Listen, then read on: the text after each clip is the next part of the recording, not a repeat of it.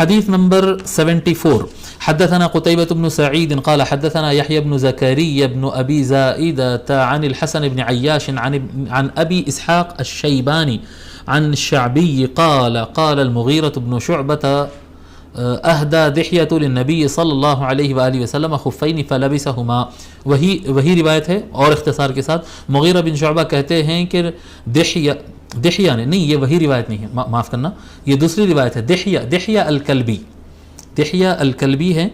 دحیہ الکلبی نے، جن کا ہم ذکر کر چکے ہیں، لکھا چکے ہیں ان کے بارے میں، دحیہ الکلبی نے نبی اکرم صلی اللہ علیہ وآلہ وسلم کو 2 موزے تحفے میں پیش کیے تھے، 2 موزے پیش کیے تھے. فلبسہما، تو حضور صلی اللہ علیہ وآلہ وسلم نے موزے پہنے تھے، آقا صلی اللہ علیہ وسلم موزے پہنے تھے. تو ایک تحفہ نجاشی کا الگ سے ہے اور ایک تحفہ جو ہے دحیہ کا الگ سے ہے. ٹھیک ہے، اب آگے کنٹینیو روایت ہوتی. وقال اسرائیل عن جابر عن عامر وجبتن، اور ایک جبہ بھی ان کو پیش کیے تھے. اب یہ پارٹ الگ اس لیے ہے کیونکہ اگلا جو پارٹ آ رہا، حدیث کا اوپر کا حصہ صحیح ہے لیکن یہ اگلا جو پارٹ آ رہا ہے یہ حدیث کا حصہ یہ ضعیف ہے. تو وجبتن موزے پیش کیے تھے اور جبہ پیش کیے. ٹھیک ہے، فلبسہما حتی تخرقا، اور وہ ان دونوں کو، یعنی اس جبے کو، اس قمیص کو اور ان موزوں کو، دونوں کو حضور صلی اللہ علیہ وآلہ وسلم پہنے یہاں تک کہ وہ پھٹ گئے. یعنی بہت دن ان کو یوز کیے، اتنا یوز کیے کہ وہ پھٹ گئے. لا يدری النبی صلی اللہ علیہ وآلہ وسلم اذکی ہما ام لا، حضور صلی اللہ علیہ وآلہ وسلم کو اس بات کی خبر نہیں دی گئی تھی، خبر نہیں تھی آقا صلی اللہ علیہ وسلم کے پاس کہ وہ جو موزے بنے تھے وہ کس کے چمڑے سے تھے، حلال کیے ہوئے جانور کے چمڑے سے تھے وہ، یا حلال نہیں کیے سو جانور کا چمڑا تھا وہ.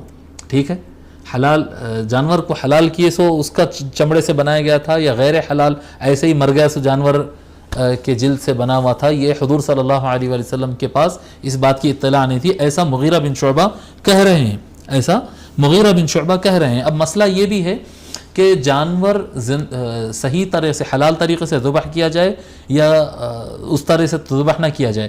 جب اس کی دباغت ہوتی ہے نا، وہ جو چمڑے کو گھستے ہیں اور اس میں کیمیکلز ڈالتے ہیں پھر کرتے ہیں، تو اس کے بعد وہ پاک ہو جاتا ہے. وہ جانور جس طرح سے بھی مرا ہو لیکن اس کا جو چمڑا ہے وہ چمڑا پاک ہو جاتا. اگر ایسا نہ ہو تو آج کے زمانے میں ہم تصور کریں کہ کتنے والیٹ ہوتے ہیں، پرس ہوتے ہیں، بیلٹ ہوتے ہیں، اور کون سے کمپنیوں سے وہ بن کے آتے ہیں، کہاں وہ جانور حلال کیا گیا ہوگا، کہاں حلال نہیں کیا گیا ہوگا. جی، تو اس کا تو کوئی حساب ہی نہیں رہے گا. اس میں تکلیف ہے.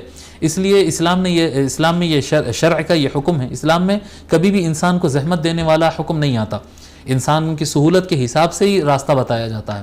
تو جب دباغت ہوتی ہے، کسی کا بھی چمڑا ہو، حلال جانور ہو یا وہ جانور ہو جس کو حلال نہیں کیا گیا، اسی طرح سے غلط ڈھنگ سے مارا گیا یا مر گیا سو جانور ہو، جب اس کو چمڑا نکال کر صحیح ڈھنگ سے اس کی دباغت ہو جاتی ہے، اس کو کیمیکلز ڈال کر گھس کر اس کو صحیح صاف کر دیا جاتا ہے، سکھا دیا جاتا ہے اور تیار کر دیا جاتا ہے، تو پھر وہ پاک ہو جاتا ہے. ٹھیک ہے.